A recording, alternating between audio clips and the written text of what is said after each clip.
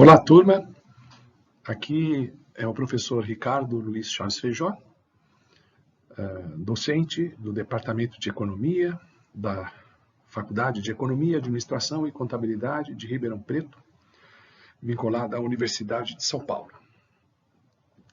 Eu vou permanecer com vocês neste segundo semestre do ano de 2020, do trágico ano de 2020, em que, como um paliativo, dada as medidas sanitárias que nos impedem da aula presencial, vamos adotar novamente esse formato, que é o curso à distância, cuja ferramenta principal de comunicação serão as videoaulas. Esta videoaula, ela é introdutória, onde eu vou apresentar, como eu faço tradicionalmente na primeira aula, eu irei apresentar o programa da disciplina e discutir alguns aspectos do conteúdo, do método, de exposição, da avaliação e outras coisas. A nossa disciplina é chamada de Economia Política Clássica. A sigla é REC 3412. Essa é uma disciplina que eu venho lecionando há muitos anos. Foi criada por mim, proposta por mim. Na verdade, o objetivo dessa disciplina, que é uma optativa, é suprimir uma lacuna no curso de graduação, porque não há nenhuma disciplina exclusivamente dedicada ao aprofundamento dessa questão. Mais específico ainda que a economia política clássica, é um pensador clássico chamado Karl Marx, né? O conhecido Karl Marx. Esse é o tema da nossa disciplina. Ela chama Economia Política Clássica porque o Marx é um notório representante dessa escola, tá? A escola de economia do século XIX, cujos autores, na sua maioria, são britânicos, ingleses ou escoceses. E Marx é um autor alemão, mas ele se vinculou à economia política clássica porque toda a estratégia de pesquisa dele, né, e as publicações que ele escreveu estavam a partir de um certo momento, quando Marx, que tinha formação de filósofo, resolve se tornar economista, se especializar no estudo da economia, ele vai seguir essa tradição. Então ele realmente é um economista político clássico. Daí o nome da disciplina, dedicada a Marx, de Economia Política Clássica, esse nome pomposo. Tá? Trata-se de uma disciplina de 4 créditos, como cada crédito são 15 horas aulas, seria uma disciplina com carga horária total de 60 horas. E essa disciplina vai ser apresentada no formato de videoaulas. Nós teremos gravados aproximadamente 30 videoaulas, talvez um pouco mais ou um pouco menos que isso, mas em torno disso, 30 videoaulas que vão dar conta dessa carga horária que seria presencial de 60 horas. Tá? Então as videoaulas irão substituir as aulas presenciais. Bom, para quem não me conhece, eu acho que a maioria de vocês foi meu aluno em alguma outra disciplina, mas para quem não me conhece, aí está a minha face, tá certo? A minha cara. E eu sou o Dr. Ricardo Luiz Chaves Feijó, professor veterano da FEA, eu dou aula aí há anos. Acho que a maioria aí não tinha nem nascido quando eu já estava dando aula aí na FEA. Então vocês terão esse contato por videoaula e também nós teremos as nossas interações, principalmente por e-mails. Eu já vou explicar isso. Bom, este é o meu e-mail, ricfeige@usp.br. Eu quero centralizar e uniformizar todo o contato, toda a comunicação com os alunos por meio do e-mail, porque o e-mail tem um valor institucional, quer dizer, algo que fica documentado, depois fica arquivado, fica nas pastas. Então é importante ter esse veículo, que é um veículo oficial, tá, de comunicação do professor com o aluno. Esse é o meu e-mail da USP, não é o meu e-mail secundário, Yahoo e outros que a gente tem por aí, tá certo? Esse é o meu e-mail principal, oficial, e por meio dele faremos os contatos e a comunicação com os alunos. Esse e-mail vai servir basicamente para o envio de exercícios ou questões, resposta de questões. Eu vou falar dessas questões daqui a pouco. E também, inclusive, para que vocês façam comentários e tirem dúvidas, tá? Se vocês quiserem um caráter mais oficial das dúvidas, até para cobrar a resposta, vocês fazem via e-mail. E outro veículo também de vocês se comunicarem comigo é fazendo comentários dos meus vídeos, tá? Os vídeos serão postados, eu já vou explicar isso, no Moodle da USP, que vocês conhecem, que se chama Stoa. Vai ter um link nesse Moodle e os vídeos serão disponibilizados no YouTube com as ferramentas de YouTube. Então, o YouTube sempre abre para os comentários. Vocês podem tirar dúvidas escrevendo nesses comentários também do vídeo na página do YouTube. Ou, se quiser um caráter mais oficial, enviando mensagens, questões de dúvidas, tá certo? Para dúvidas e comentários para este e-mail oficial. Bom, falando um pouco agora do conteúdo da disciplina, o que iremos estudar? Então, basicamente, as ideias de Karl Marx. Ok, mas como é que esse estudo será estruturado? Da seguinte maneira, e eu ponho aí como os objetivos da disciplina. Vamos examinar a evolução das ideias de Karl Marx a partir do estudo das raízes do pensamento econômico de Marx.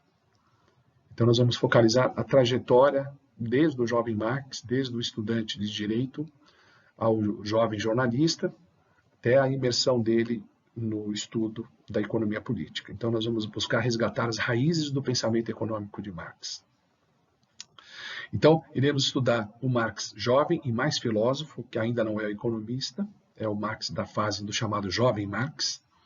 Portanto, como se trata de um Marx com formação em direito, com conhecimento de filosofia, muito próximo dos chamados jovens hegelianos, em homenagem ao filósofo Friedrich Hegel, um grande filósofo alemão. Então, nós vamos estudar esse aspecto da filosofia hegeliana, na interpretação e na reelaboração e na crítica de Marx.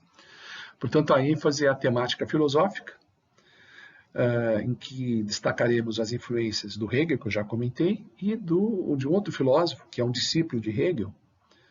E, embora Marx não tenha muita interação, ele não teve oportunidade de interação direta, mas o Marx, como a maioria dos chamados jovens hegelianos, admirava muito e, de certa forma, procurava seguir ou replicar a contribuição e o estilo de trabalho desse pensador, que é o Feuerbach, Ludwig Feuerbach. Então, nós vamos estudar Feuerbach, inclusive a obra principal dele, que se chama A Essência do Cristianismo, nós vamos abordar aqui nessa disciplina, tá? Então, tudo isso faz parte desses dois primeiros blocos que compõem os objetivos da disciplina. Depois a gente começa a estudar o Marx economista, no começo da transição do Marx filósofo para o Marx economista. E também de um Marx, digamos assim, liberal, entre aspas, vou explicar depois o que é esse liberalismo, essa fase liberal de Marx, para o Marx propriamente comunista. É o período de transição. Então, nós vamos estudar todas as primeiras obras, os primeiros trabalhos de Marx, mais diretamente relacionado com economia e com certas teses filosóficas com aplicação na sociedade e na economia. É um conjunto de obras, tá, a partir, digamos assim, do ano de 1848, 49, né? A transição, a obra de transição, divisor de águas, a gente pode situar no Manifesto Comunista. Então, a partir do Manifesto Comunista é o Marx se envolvendo com a temática econômica e social. Que culminou como principal obra, né, o livro O Capital. Mas a gente vai estudar a transição do Marx, a evolução do Marx até chegar no O Capital, que foi publicado em 1867. O Marx já era velho quando publicou O Capital. Então, o Marx mais jovem, o trabalho dele em economia, e como esse trabalho, essa pesquisa, investigação, ela evoluiu até chegar no Capital. Então, nesse terceiro bloco, vamos enfatizar as obras que antecederam o Capital. Tá? E, finalmente, no bloco final, vamos fazer uma análise bastante detalhada da obra O Capital, com a leitura de diversos capítulos selecionados, tá? Percorrendo os 3 volumes dessa obra volumosa. Tá? Vamos estudar com mais detalhe o primeiro volume da obra, em especial o primeiro capítulo, mas a gente vai percorrer, né, vários capítulos da primeira obra e iremos oferecer uma exposição um pouco mais sintética, mais didática, né, do conjunto da obra dos outros 2 volumes que compõem a obra. Então, vai ter um trabalho fortemente embasado na fonte primária, quer dizer, no escrito do próprio Marx, tá? Na literatura marxiana, ou seja, escrita pelo próprio Marx, e vamos também nos apoiar na consulta de fontes secundárias de marxistas ou marxólogos, depois vocês verão a diferença entre marxista e marxólogo. Vamos consultar fontes secundárias, os principais estudos que comentam a obra de Marx, dentre os quais se destacam duas contribuições importantes, que é a obra do professor Raymond Aron, que é um professor francês da Sorbonne, que ensinou Marx durante várias décadas na Universidade de Sorbonne, e a partir dessas aulas é que se compôs o livro, que é indicado na biografia, chamado Marxismo de Marx. Né? Então, nós vamos usar vários capítulos desse livro e a análise do Aron, ou Aron, né? Não sei como, não tem um francês muito bom, mas a análise desse professor será utilizada como uma das referências que serve de apoio à nossa exposição. E o outro livro, mais antigo, é um livro clássico de estudo sobre Marx, escrito por um padre, curiosamente um padre católico, chamado Padre Calvez, tá? Chamado Pensamento de Karl Marx. Tá? Essa obra é uma obra rara, tá? No começo eu nem sabia que tinha tradução para a língua portuguesa, depois eu achei no espólio da minha família, estava na biblioteca do meu pai, depois que ele faleceu. Eu encontrei essa obra maravilhosa, que é o escrito do padre Calvez, que faz uma análise bastante detalhada da contribuição de Karl Marx. Então são os principais comentadores, curiosamente os dois são franceses, né? Aron e Calvez. Bom, em seguida, nessa aula introdutória de apresentação, eu vou apresentar e fazer rápidos comentários sobre os tópicos do programa. São 22 itens ou tópicos, e aqui eu vou listá-los e fazer alguns comentários. Primeiro, uma introdução a Marx, que marcará a nossa próxima videoaula. A primeira obra que eu vou citar e fazer alguns comentários, na verdade não é do Marx, é do Engels. Né? Na verdade, é o primeiro estudo sistemático que tem a ver com a área de economia. Não sei se é exatamente um ensaio de economia, é um estudo de HPE, analisando a economia política clássica, né? Feito por um jovem que depois se tornou grande amigo e parceiro intelectual de Marx, que é o Friedrich Engels. Então, essa primeira obra que atraiu Marx para a economia se chama Esboço de uma Crítica da Economia Política. Eu vou fazer alguns comentários em uma videoaula no futuro. Depois, sim, estudando a própria contribuição de Marx, né, pensando nos primeiros escritos de economia de Marx, nós leremos o prefácio de uma obra intitulada Uma Crítica da Economia Política. É o prefácio para uma crítica da economia política de Marx. Tá? Um estudo juvenil, digamos assim, de Marx sobre economia política. Bom, essa pincelada, né, desses dois textos ainda imaturos, um de Engels e um de Marx, servirá de motivação para aprofundar o objetivo dos primeiros blocos do curso, que é analisar o legado do Marx, as raízes do pensamento de Marx. O Marx filosófico. E, para tanto, vamos fazer uma leitura atenta e comentada da Crítica da Filosofia do Direito de Hegel, obra escrita pelo jovem Marx. Ele escreveu esse livro quando ele estava em lua de mel, no balneário de Kreuznach. Ele tinha casado com a Jenny von Westphalen, e aí ele é a transição. Na verdade, ele vai se mudar logo depois de Colônia, uma região na Alemanha, para Paris. Né? Então, ele escreveu isso antes de trabalhar em Paris, na editoria de um jornal chamado Anais Franco-Alemães. E em Paris ele escreve a introdução, que nós vamos ler a introdução. A introdução ela foi escrita depois da obra, e a introdução já caracteriza o que eu chamo de o Marx comunista. Tá? É o primeiro libelo, é o primeiro, digamos, texto de propaganda, de apelo ao comunismo. Tá? Então, vamos estudar essa introdução, que vai introduzir a obra. Mas é interessante que na obra, na Crítica da Filosofia do Direito de Hegel, o Marx ele não não é explicitamente comunista, mas na introdução ele já é comunista. Quer dizer, quando ele introduziu a introdução, bom, quando ele acrescentou a introdução, vamos dizer assim, aí já tem um texto, a introdução não é exatamente igual ao corpo da obra, a introdução Marx é mais comunista. Tá? Bom, fazendo o levantamento, né, dessa fase do Marx, jovem Marx filósofo, nós vamos repassar alguns capítulos do livro do professor Aron, tá? Nesse tópico 6, chamado Aron e a Crítica Filosófica em Marx. Okay? Fazendo um levantamento da formação filosófica do jovem Marx até o 6º tópico.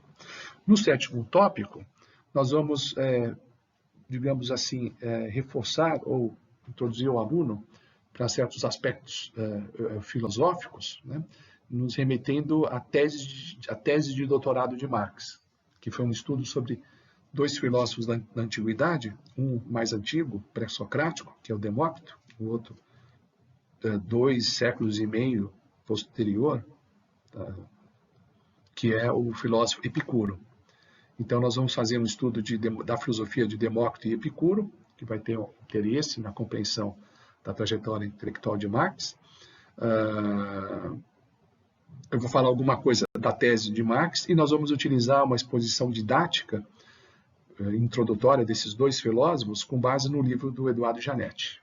Tá? Então, no tópico 7 eu vou citar as ilusões da alma, acho que é esse o livro. As ilusões da alma, nós vamos ver o capítulo muito divertido em que Janetti expõe o debate, né, entre Demócrito e Epicuro, que depois aparece na tese de doutorado do jovem Marx. No tópico 8, nós vamos aprofundar as ideias de Feuerbach, o principal jovem hegeliano que teve muita influência na trajetória de Marx, inclusive que vai condicionar o projeto de Marx em desenvolver uma contribuição na economia política. Então, é importante entender certos aspectos de Feuerbach para reforçar algumas coisas da filosofia de Hegel e como que a chamada filosofia dialética de Hegel, idealista dialética de Hegel, pode ser aplicada num outro objeto fora da filosofia. O Feuerbach aplica essa filosofia na religião, na crítica à teologia católica, digamos assim, né? Cristã, mas mais católica, né? E o Marx vai aplicar essa dialética hegeliana na crítica à economia política clássica. Então é interessante esse modelo de utilizar a filosofia para criticar algo que é um objeto de estudo. Que Feuerbach fez isso com a religião e Marx fará com a economia política. Ok? Então, no tópico 9, a gente começamos a nos afastar da crítica filosófica, né, que perpassa a crítica do direito, como na crítica da filosofia do direito de Hegel, em direção à crítica à economia política. Então vamos ver essa transição do Marx filósofo, crítico do direito, com formação em direito, graduação, o doutorado em filosofia, então esse Marx com formação em direito e filosofia, para o Marx que vai se dedicar à economia política nesse projeto intitulado Crítica à Economia Política. Então o tópico 9 trata exatamente do ponto de transição. Esse ponto de transição, Marx já não se encontra mais em Paris, mas também não está atuando e residindo em Londres, onde desenvolve todo o projeto de economia política, é um Marx de transição.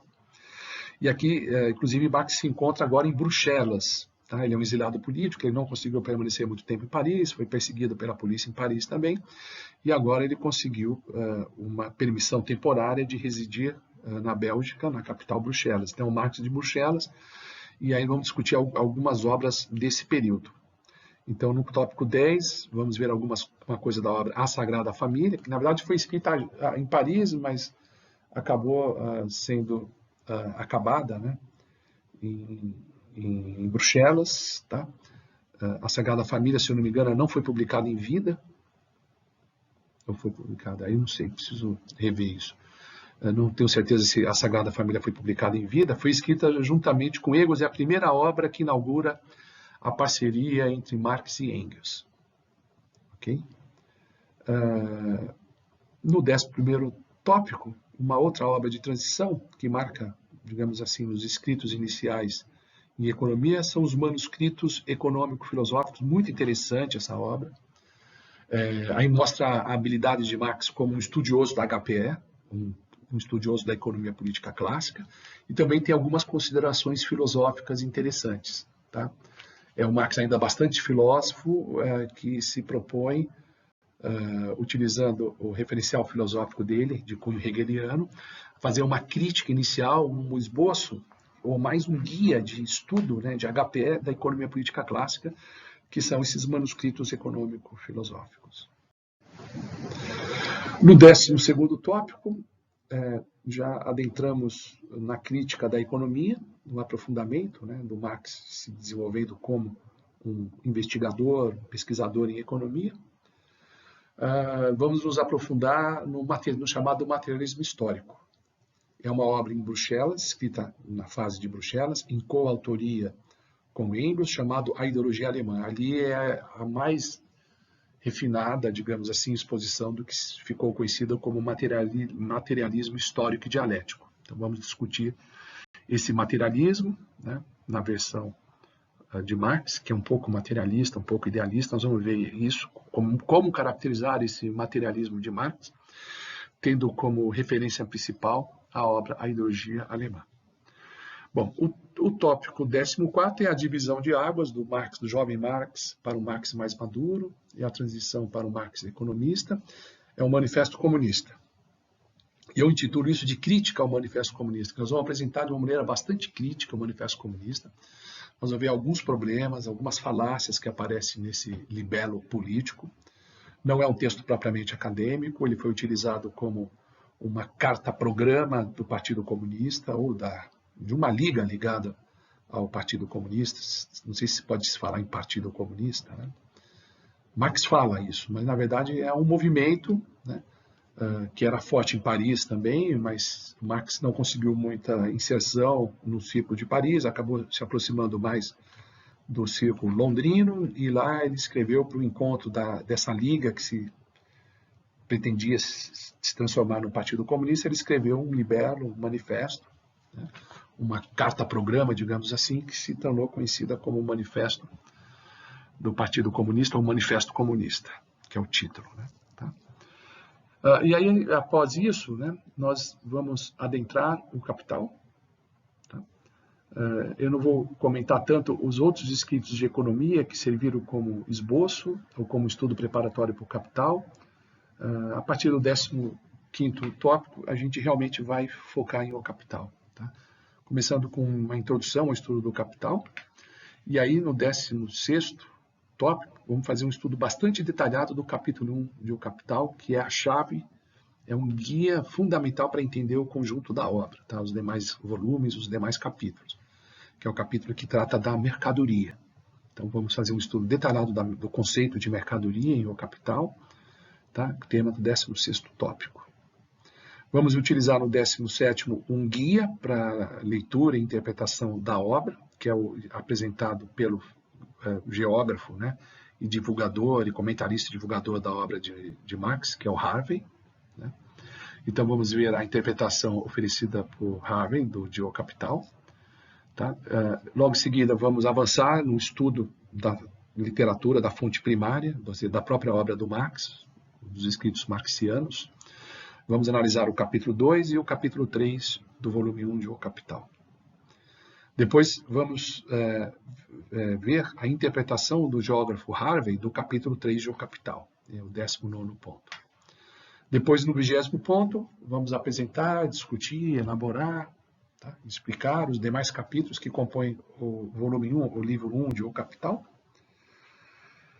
com bastante ênfase no capítulo 11 do volume 1, e um estudo oferecido no livro de Aron, né, o Marxismo de Marx, sobre esse capítulo 11 de O Capital.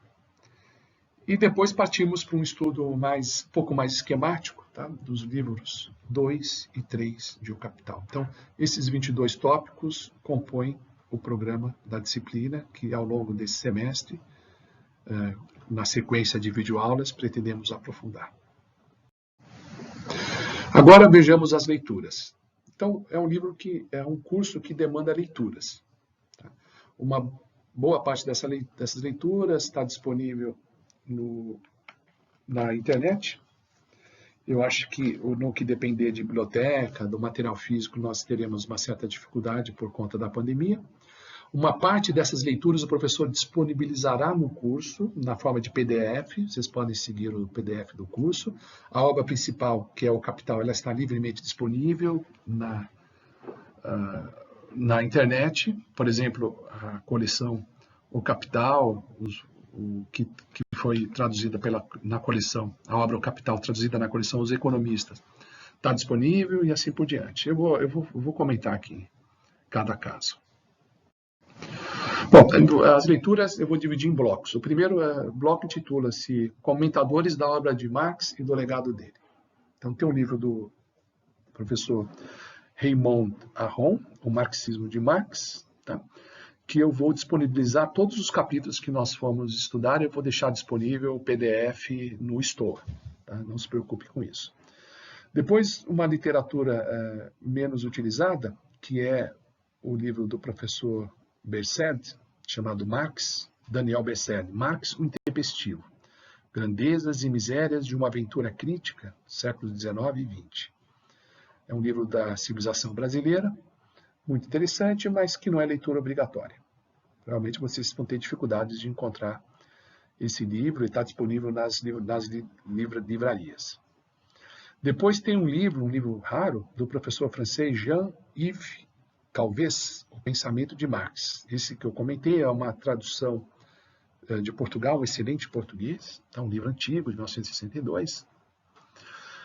Eu também vou disponibilizar em PDF alguns capítulos da obra do professor Calves. Aquilo que eu enfatizar mais estará disponível em PDF. Depois eu vou citar o livro do professor Desai, um professor da London School of Economics. É um comentador muito, muito interessante da obra de Marx. O livro se intitula A Vingança de Marx, a ressurgência do capitalismo e a morte do socialismo estatal. Não é uma leitura principal do livro, mas eu utilizo algumas coisas de Desai. Por exemplo, a ideia de aproximar Marx de Adam Smith, por exemplo, é uma tese do Desai. Tá? Então, é uma referência aí dentre os comentadores.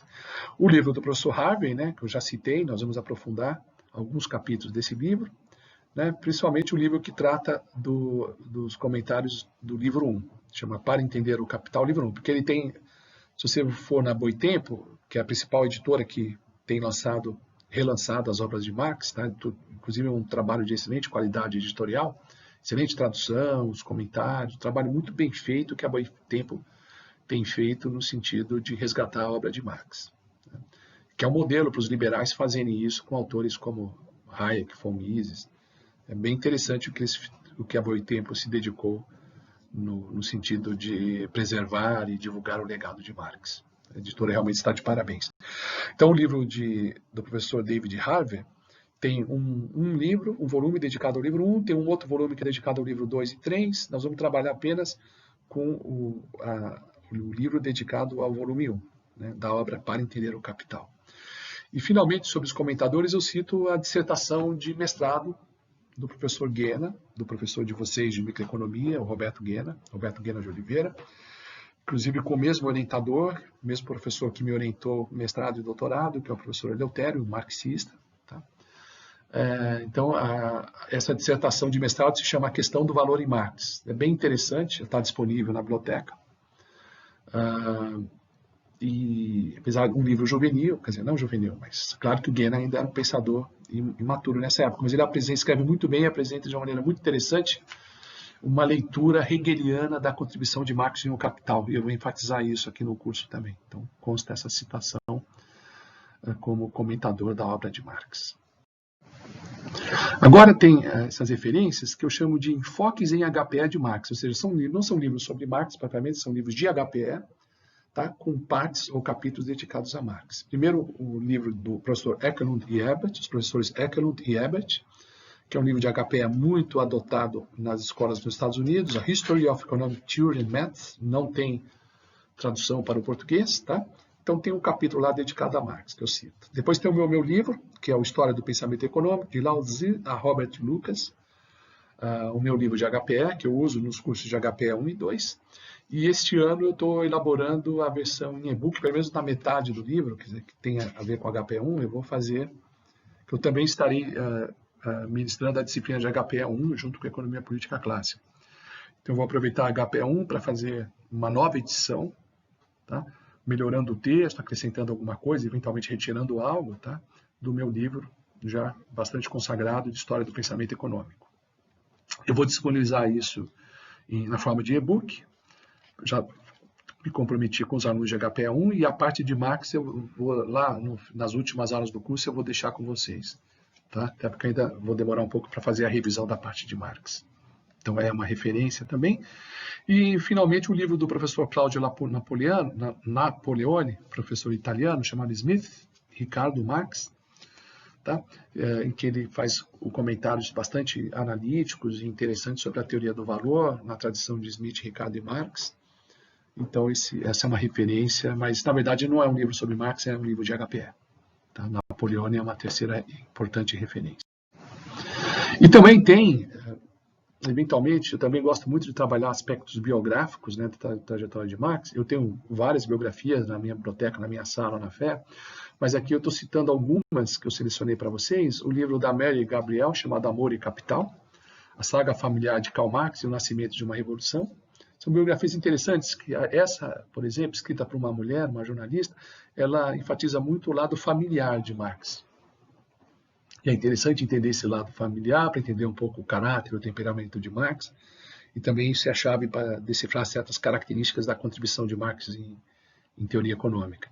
Um outro livro, que é um detrator, né, é um livro que difama Marx, digamos assim, que é o livro do professor Pilgrim, muito curioso, né? Adieu Marx, mas ele está traduzido, o tradutor manteve essa expressão em francês. Adieu Marx, violência e exploração no ambiente familiar. Ele, digamos assim, critica, né? Detona, vamos chamar assim, né? Um pouco certas atitudes do Marx em família, mas vocês vão ver isso, eu não quero antecipar. Um livro biográfico do professor Sperber, chamado Karl Marx, Uma Vida no Século XIX, uma biografia muito boa, muito robusta. Tá? Tem a do Sperber, tem a do Jones, mas o Jones não aparece aí, tá?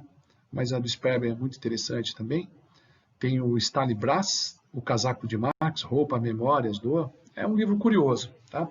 É só o primeiro capítulo em que ele fala da relação de Marx com o casaco dele, e a partir do casaco de Marx, o casaco que ele usava, ora ele penhorava, quando ele estava em dificuldades financeiras, deixava o casaco na casa de penhor, então ele tinha uma certa relação mercadológica com o seu próprio casaco. Tá? Então é um livro que se intitula O Casaco de Marx, mas é interessante como motivação para a leitura do capítulo 1 do volume 1 de O Capital. Uma outra biografia que eu gosto muito, do Francis Wayne, chamado Karl Marx, tá? E foi editado em 2001 pela editora Record. Uma biografia muito interessante. A do Sperber ela é mais profunda. Tá? A do Wayne ela é mais pontual, mais superficial, envolve menos pesquisa, mas faz uma exposição jornalística bem interessante da vida de Marx. Então, eu acho que essas biografias são suficientes para embasar o estudo dos alunos. E, finalmente, a fonte primária, né? Que é o principal, a leitura principal, a leitura realmente mais importante e essencial é ler os próprios escritos de Marx. E aí, como fonte primária, além de Marx, eu também indico alguns escritos do Engels, ou que foram escritos por Marx e Engels. Tá?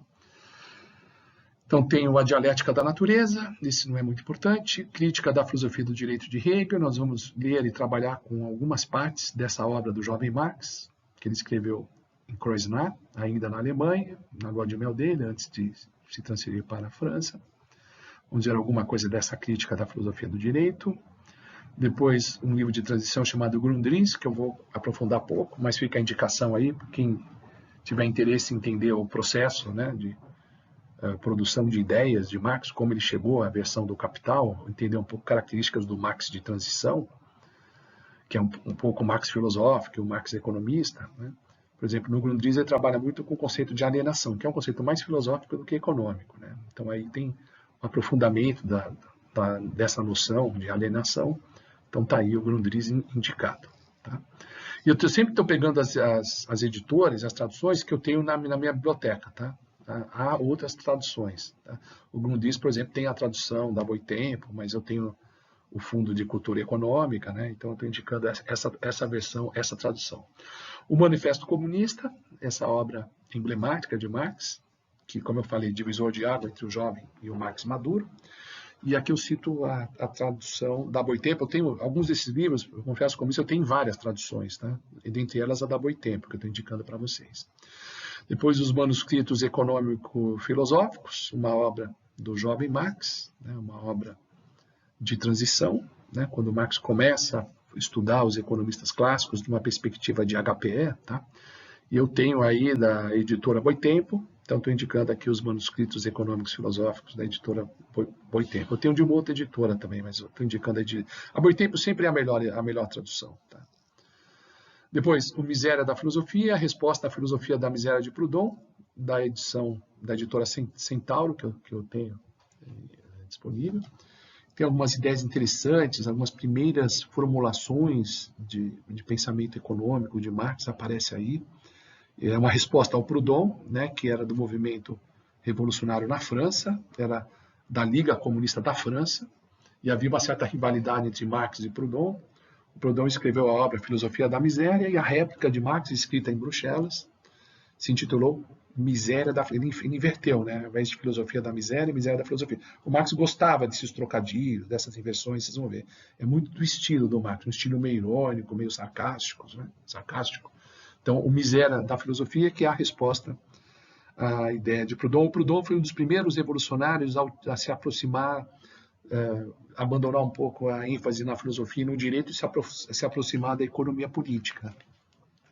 Isso que o Marx fez, de centralizar o programa revolucionário na crítica à economia política, Proudhon estava tentando antes dele.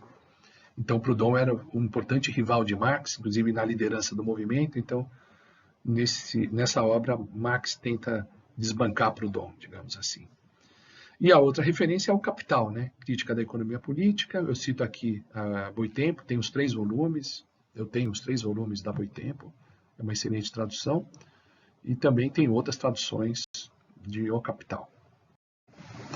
Aqui eu cito as outras traduções que eu estou mais familiarizado, né? A tradição da Diffel, né? O Capital, Crítica da economia política. Eu tenho o livro primeiro, tá? O processo de produção do capital, volume 1, tá? Da parte primeira à parte quarta, eu estou citando aí, que é a fonte que eu disponho. Depois eu tenho outra edição da Civilização Brasileira, tá? Também do volume 1. Tá?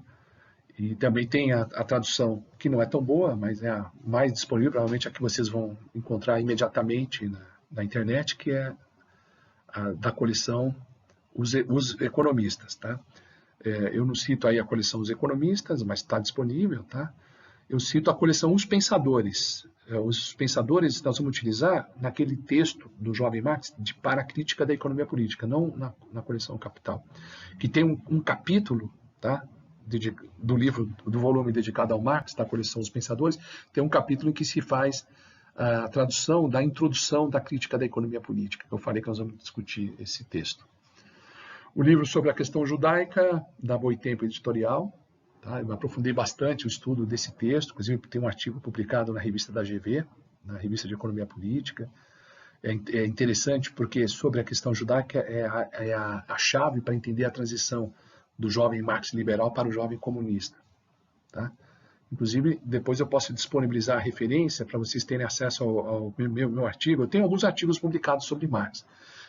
Não aparecem aqui, né, nessa listagem, né, das leituras, mas eventualmente ao longo do curso eu vou indicar ou até disponibilizar no Store alguns artigos que eu escrevi e publiquei em revistas, tá?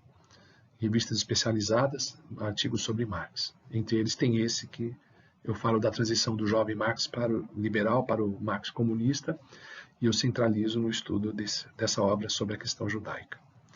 Depois, o livro A Ideologia Alemã, que eu falei que é importante para entender o materialismo histórico, que foi escrito em Bruxelas, etc., tem esse subtítulo: Crítica da Novíssima Filosofia Alemã e seus representantes Feuerbach, Bruno Bauer e Stirner, e do socialismo alemão em seus diferentes profetas, 45 e 46.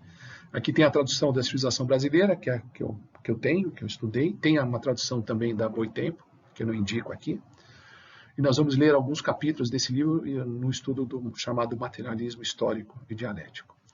O livro A Sagrada Família, que é interessante para entender a crítica que Marx faz aos jovens hegelianos, né? Chama a crítica da crítica contra Bruno Bauer e consorte. Bruno Bauer é um desses jovens hegelianos, inclusive ele critica Feuerbach nesse livro, nesse manuscrito, né, que depois foi publicado na forma do livro chamado A Sagrada Família.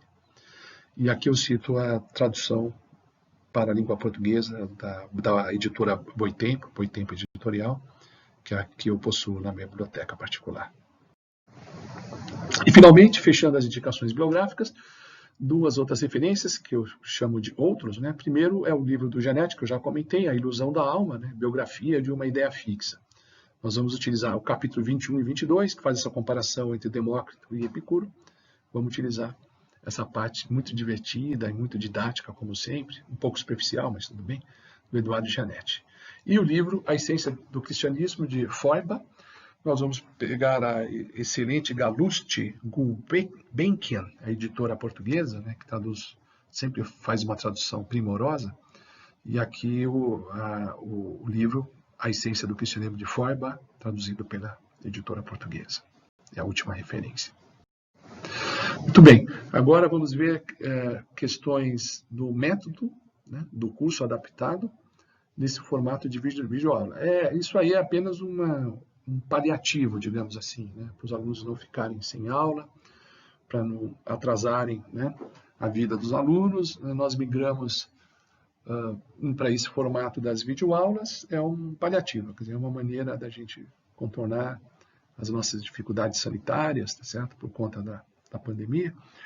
Então, vamos utilizar o Stoa e gravar as videoaulas, como esta videoaula, e disponibilizá-las no Stoa e utilizar a plataforma de YouTube. Então, basicamente é isso. Bom, tem o controle de presença.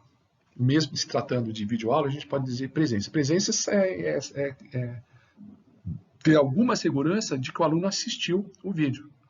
Note que o professor ele tem um controle de visualizações, de tempo de exposição do vídeo, o tempo que cada aluno permaneceu ouvindo as videoaulas, tudo isso, vocês sabem que a plataforma do YouTube oferece isso para os autores, né? Mas, além disso, isso já é um controle, uma ferramenta de controle que eu sei que os alunos assistiram a aula, mas eu não tenho o controle por aluno, tá? Então, eu não sei exatamente quem assistiu ou não. Então, uma maneira de fazer esse controle de presença, ou seja, do aluno ter assistido às videoaulas, é através de questões. Então, haverá uma questão por videoaula.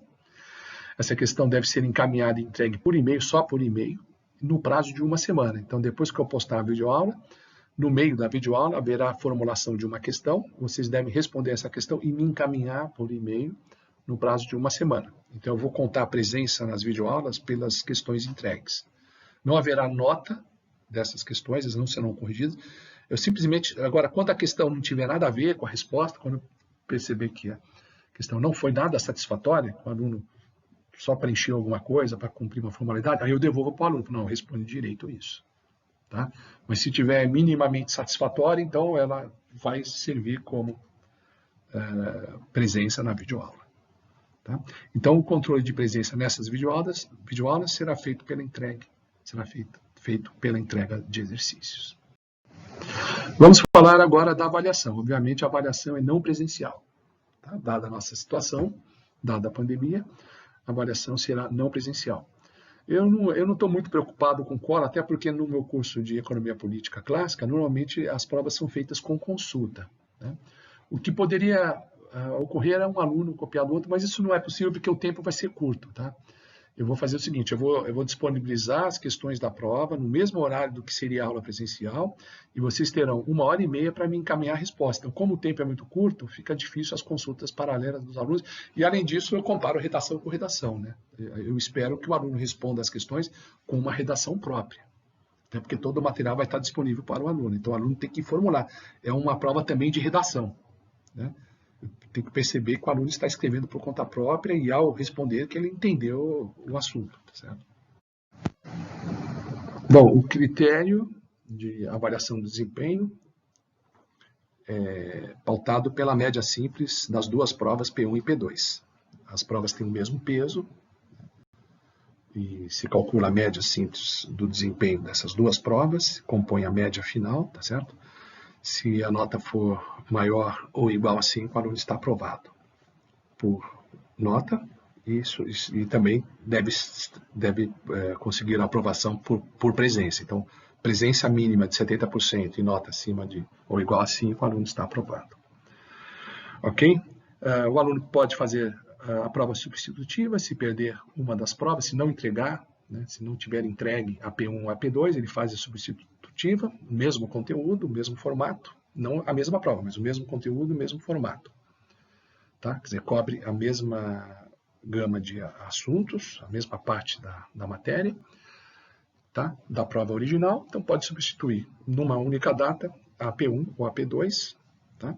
Substituir a prova que não entregou. Então, a substitutiva não é para melhorar de nota, é apenas para fazer a prova que não fez por problema de saúde ou porque perdeu a conexão, o Wi-Fi estava com problema, a internet em casa, etc. O aluno nem precisa explicar isso, simplesmente, ou comprovar nada. Ele simplesmente me entrega na data da prova substitutiva a prova que ele perdeu. Tá? Então, tendo nessas duas provas, P1 e P2 originais, ou a substitutiva de uma delas, obtido média acima de 5, igual ou superior a 5, tendo entregue exercícios que comprovem presença em 70%, ao menos 70% das videoaulas, o aluno está aprovado. Em relação ao processo de reavaliação,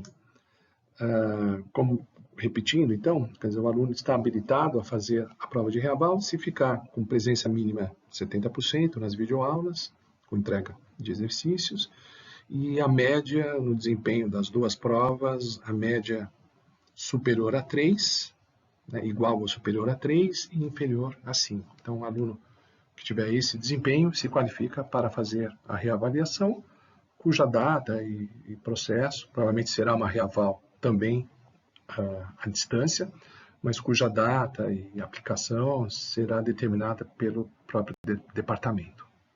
E nós veremos, portanto, depois as datas e o processo todo.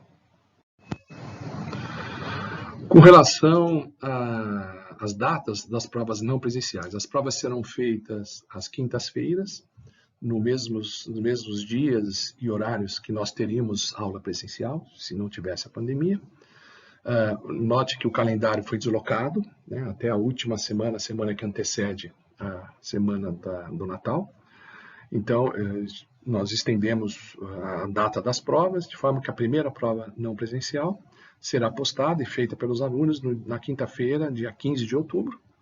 A segunda prova P2 não presencial no dia 10 de dezembro e a prova substitutiva, para quem tiver interesse, no dia 17 de dezembro.